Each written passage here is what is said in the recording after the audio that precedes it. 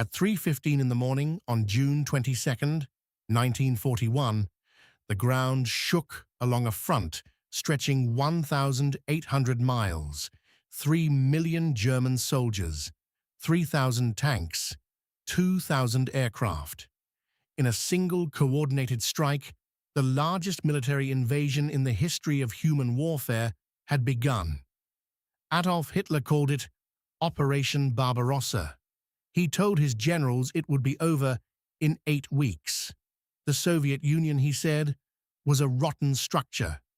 You had only to kick in the door, and the whole thing would come crashing down. He was catastrophically wrong. And what's remarkable, what history has never fully confronted, is that Hitler knew it. The warnings were there. The intelligence was clear. The math did not work. He invaded anyway. Every account of Operation Barbarossa tells you what happened. 3 million men crossed the Soviet border. The Wehrmacht advanced faster than any army in history. And then, winter came, and it all fell apart. That story is true, but it is dangerously incomplete. In this video, we're going to examine the 3 decisions made before a single tank crossed the border that actually guaranteed Germany's defeat. Decisions rooted not in military miscalculation, but in ideology so extreme it blinded an entire command structure to reality. Germany did not lose because of the Russian winter. Germany lost because of choices made in Berlin months before the first shot was fired. By the summer of 1941, Adolf Hitler stands at the peak of his power. France has fallen. Britain has been driven from the continent. Europe belongs to the Third Reich. And yet Hitler is afraid. Germany imports 74% of its oil. In Hitler's mind, the solution lies east. Ukraine's wheat, the Caucasus oil, the industrial Urals. Conquest of the Soviet Union is not merely a military objective. It is racial and economic destiny. Field Marshal von Brauchitsch privately believes Barbarossa is a catastrophic mistake and lacks the courage to say so to Hitler's face. General Franz Halder has wargamed the operation and reached a conclusion he buries in his diary. Germany cannot win a prolonged war against the Soviet Union. He signs the operational orders anyway. On the other side, 196 million Soviets ruled by Stalin, who has received 84 separate intelligence warnings of the German invasion and dismissed everyone. On the morning of June 22nd, Soviet border troops cannot reach their commanders. The phone lines have been cut. In the first weeks, everything confirms Hitler's prediction. Army Group Center advances 200 miles in 10 days. The Wehrmacht captures more prisoners in 6 weeks than in all of World War I. Hitler is euphoric, but 3 decisions are working quietly against him. First, instead of concentrating on Moscow, Hitler divides into 3 simultaneous thrusts. His generals beg him to concentrate. He refuses. No thrust is ever strong enough to deliver a knockout blow. Second, the Commissar order. Soviet political officers are to be shot immediately. German occupation runs on systematic starvation and terror. Soviet soldiers who might have surrendered stop surrendering. Every citizen becomes a partisan. Third, the logistics are built for 8 weeks. By October, trucks break down on roads that are barely roads. Rail lines must be regauged kilometer by kilometer. Fuel runs short. Winter clothing, never ordered, does not exist. By October 1941, German soldiers are writing home asking their families to send warm socks.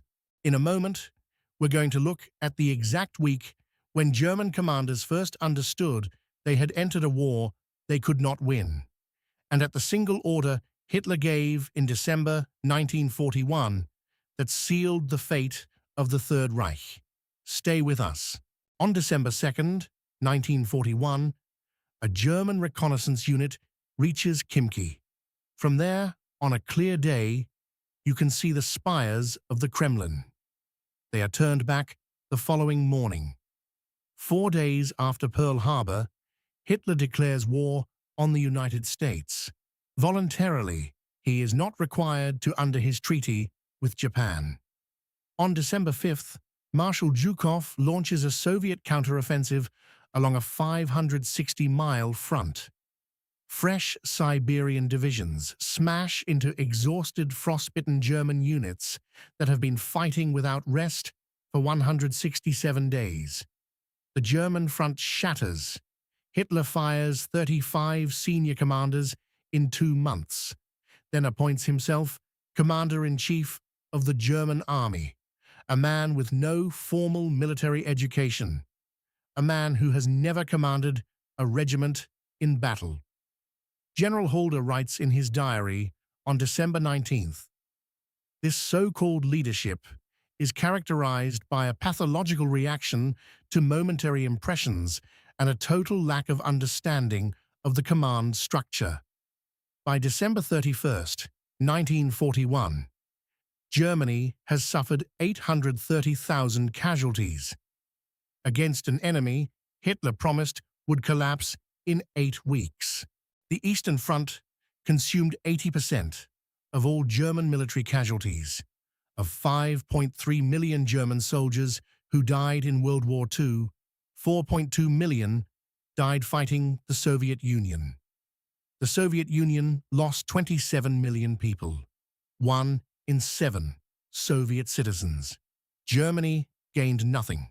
Not the oil, not the wheat, not the Lebensraum.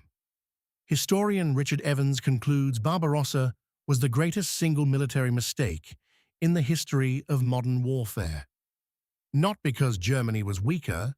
In 1941, Germany was arguably stronger, but because the decision was made on ideological premises with no relationship to military reality.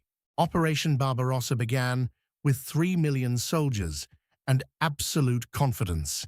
It ended with 830,000 casualties before the first winter was over, and a war Germany had no mathematical possibility of winning. The lesson?